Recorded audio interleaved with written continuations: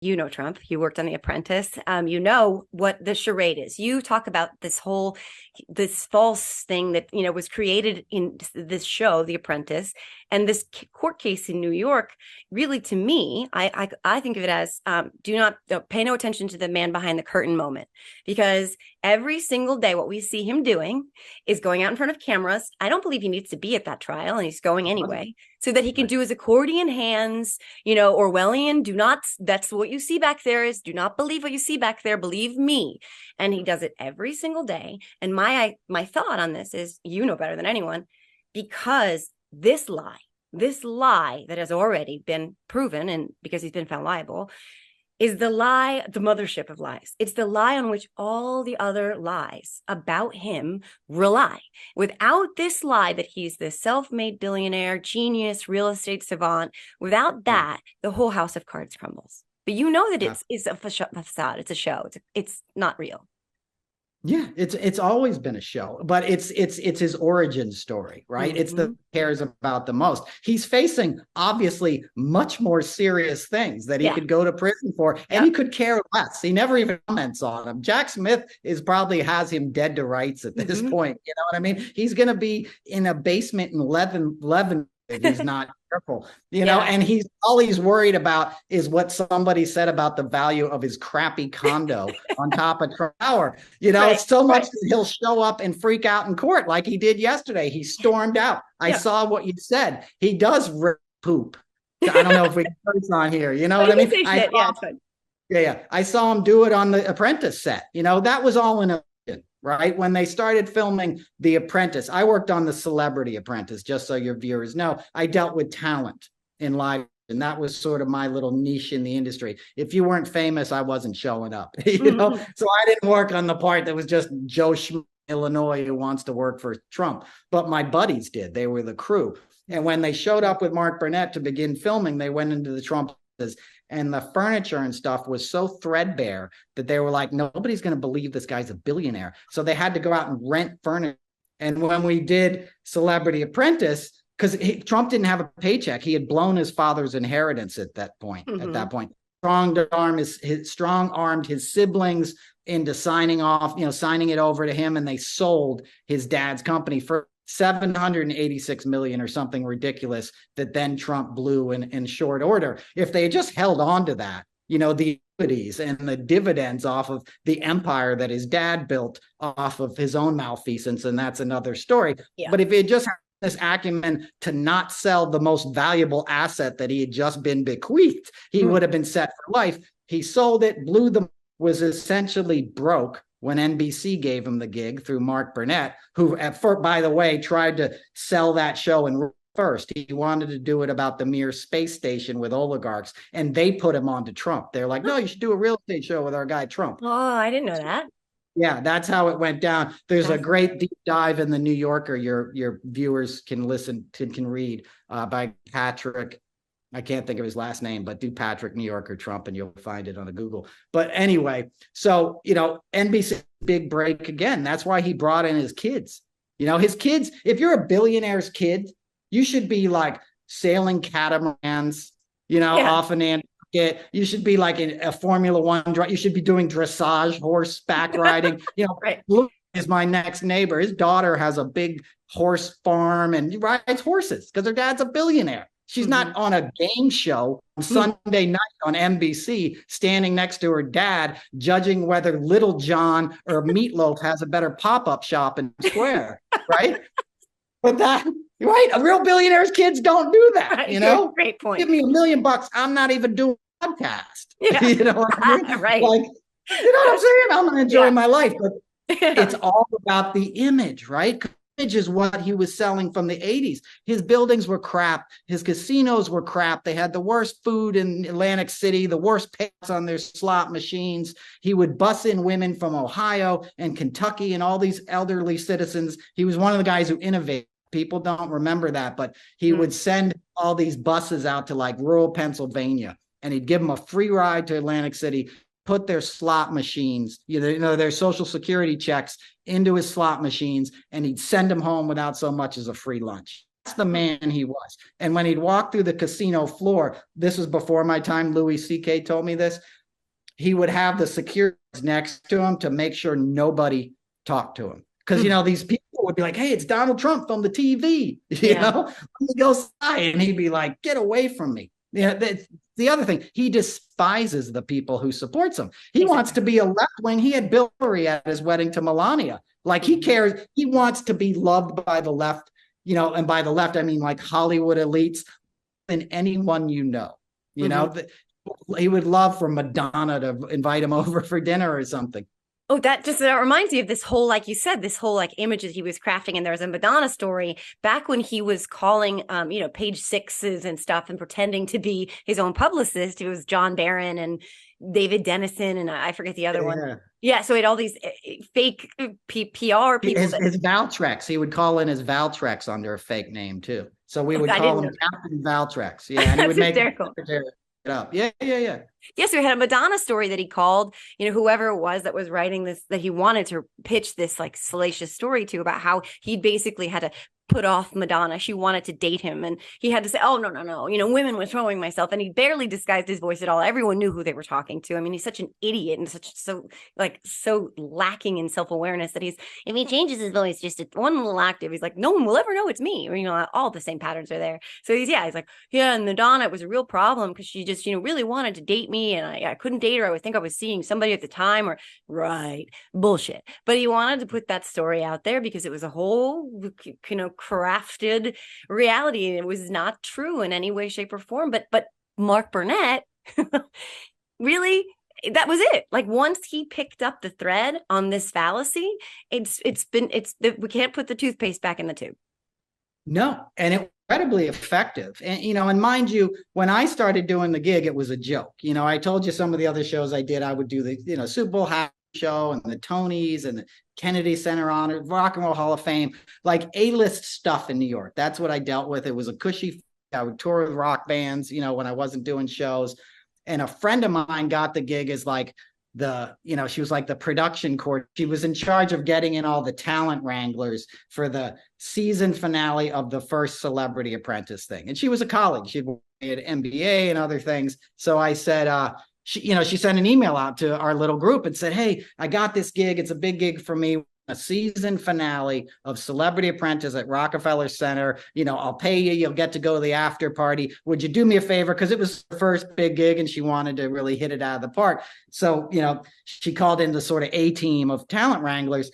And I was like, oh, that show. Like, I want to see if Omarosa is a real person. Like, sure, I'll come and do it, Yeah. And that was the first season. We shot it in Studio, which is where they shoot SNL. That's where we had the fake boardroom and all that BS. You're hired, you're fired kind of thing. And it was Morgan and Omarosa were battling. And that's, I'd already done beauty pageants in the 90s, but that's I sort of was reacquainted with him and he had denigrated, this is when his Adderall addictions were apparent and all this other crazy stuff. I got to see, he couldn't really read a 3-syllable word and he would freak out on set. So the whole thing wasn't just an illusion. Like it was hard to get a coherent take from him. He wouldn't show up a lot of days, when they were taping I did the finale, right? But like they taped for 4 weeks before we shot that, he was just a mess. And in the beginning, I would take care of the celebrities that were involved, friends of mine, Cyndi Lauper, people like that. And then they assigned me to Ivanka. When Ivanka pushed out George Ross or whatever, he had an old man with white hair who was his sidekick, if you remember. Yeah, sure, of course, yeah. Right. And he was beloved. So Trump got jealous and kicked him out and made Ivanka like his right-hand man or woman. Yeah. And they assigned me to Ivanka because I was the guy in live TV who handled Madonna, who handled Michael Jackson or the host of the whoever it was. The more difficult assignments, they wanted kind of a diplomatic person to do it because I used to be diplomatic, and keep my mouth shut, so I was the Ivanka handler, which was a nightmare. She was like the only one to get a trailer. I would have to show up 5 hours early to let her glam squad in. I was there through the whole like romance with Jared. They broke up. Wendy Dang Murdoch told them to get back together. Then the next season they were getting married.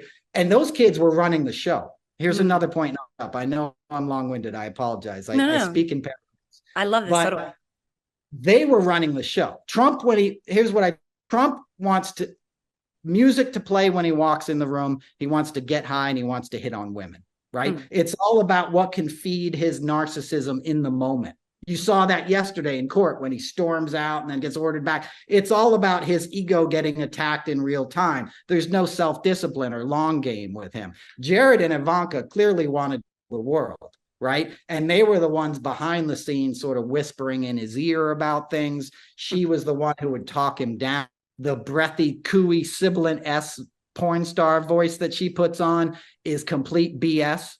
Her real voice is like 2 octaves lower in real life, and she curses like a sailor. But she puts on this breathy thing because it turns him on, and she knows how to manipulate him in a soft, sexual way. It's eerie. I've seen him lap dances. That's not a joke. Yeah. Sorry, yeah. Brain bleach. Oh my God. No. And knowing that he fantasized about her in public in front of people at the White House to the point where John Kelly had to say, that's your daughter. Like, and that she played that up. I want to puke. Oh my God. She totally played it up. And anybody who spent more than 10 minutes around Trump knows that he works that into a conversation. I mean, look at her, sweet piece of ass, right? Imagine that. No, I'm not even kidding. I got buddies who played golf with him, and like, I mean, we don't have to, it gets a lot darker. You know, he was a frequent buddy of Jeffrey Epstein and visitor to his townhouse. And he did all horrible things that I unfortunately know about. And I know some of the people he did them to, not the public ones. And I can't tell their story because it's not my story to tell, you know, and, but, you know, and the E. Jean Carroll tells you everything about him, that story right there, that he would attack a woman in a dressing room at Bergdorf Goodman and then just walk back to his office or walk out to his security team and get in his That's the kind of stuff he did with impunity his whole life, right? So, and I'll shut up, but to get to my point, the reason I did this show as a joke in the beginning, and Trump was a joke. He wasn't running for president at this time. You know, he did the Obama's birth certificate thing, and I think that's when he started to kind of lose it with NBC or whatever. But there was no, I'm running for president on the horizon when I worked for him. When he announced, I said to my colleagues, we have to like come out and tell everybody what we saw because I can't get anywhere near the presidency. And my colleagues were like, dude, we signed an NDA. We'll never work again. He's not going to get elected. Like, I can't go against the DGA. I can't risk, because Mark Burnett told everybody if they started to talk, he would sue them. Right. And that kind of went through the industry and shut everybody up. A friend of mine was working on Hillary's campaign. She goes, Noel, I see you're spilling the beans on Facebook and online and stuff. Would you be willing to talk to Hillary's campaign? I was like, heck yeah. You know, so I talked to her campaign people. I told them what I knew. I talked to People magazine. They were going to do a big piece on it, and somehow it got and killed. I think Hillary's campaign kind of felt like they were going to win anyway. And when I spoke with them was right before Access Hollywood broke. So I talked to him, and then like a few days later, the Access Hollywood story broke. And I think they thought, oh, well, he'll never get elected now. You know, of course, they didn't know what James Comey had up his sleeve a couple of weeks later. Yeah. I don't think they took my warning seriously. And, you know, we all know what happened in November of 16. And that's when I left my career. I'm done. I said, I got to just talk about this guy any chance I get because people need to know this. And that's when I went into stand-up, because that was really my only avenue to speak out. I could get up on a comedy stage and be like, here's who this guy really is. You know what I mean? Because in the beginning, media was kind of going along with it. Yep.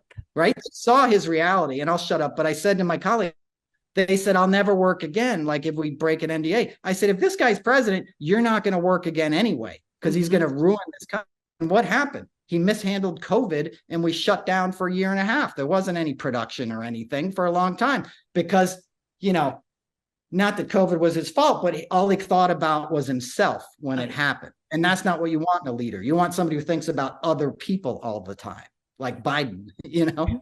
Right. And it was about himself, but also what can you do for me, to the point where it was like, are you a nice governor or not a nice governor? And like, where you live in New York, you know, I've driven through parts of New York State where I'm like, holy crap, this is so Trumpy. This is so red. Where I live is very, very red.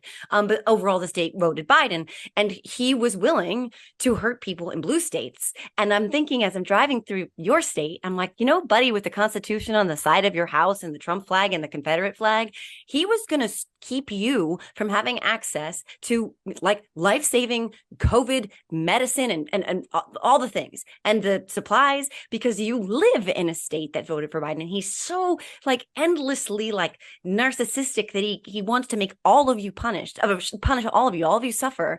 And he's going to punish his own people. Again, like you said, he so often he despises the people who actually support him the most, but he's grossed out by them, but he also wants to inflict punishment on them if it makes him feel better about himself. Yeah, and that's the worst thing. I mean, that's the first thing he did, right? He knew like New York State didn't vote for him. One of the first things he did was take away the tax credit that people got on our thing. So in effect, we got our house in like July of 2016. And by the next year, the property taxes had doubled to almost like 20 grand a year. He paid 700 grand, by the way, or no, $700 in property taxes on Bedminster in 2020 on 113 acres, prime New Jersey real estate. He paid $700 because he keeps 12 goats and uses a loophole, a farming loophole, on the estate. Sorry. And now it's a graveyard. Right. And now, exactly. Now it's a graveyard. I mean, it's just the scamming, but to your point of punishing, that's instantly what he did. He was like, all right, you guys didn't vote for me. I'm going to punish you. And, like you said, 60% of the people in New York State are Trumpers now. The idiots that are voting for him in Putnam County, paying twice for their ranch house, in property taxes and their quarter of an acre because of this clown, and he can still use that to his effect, right? Because he can say the Democrats raise your taxes, vote for. That's why Florida was so hot for a minute before people realized what a clown DeSantis was. All the kind of towny folks I knew in New York, they all wanted to move to Florida. It was the new promised land for mediocre white suburbanites.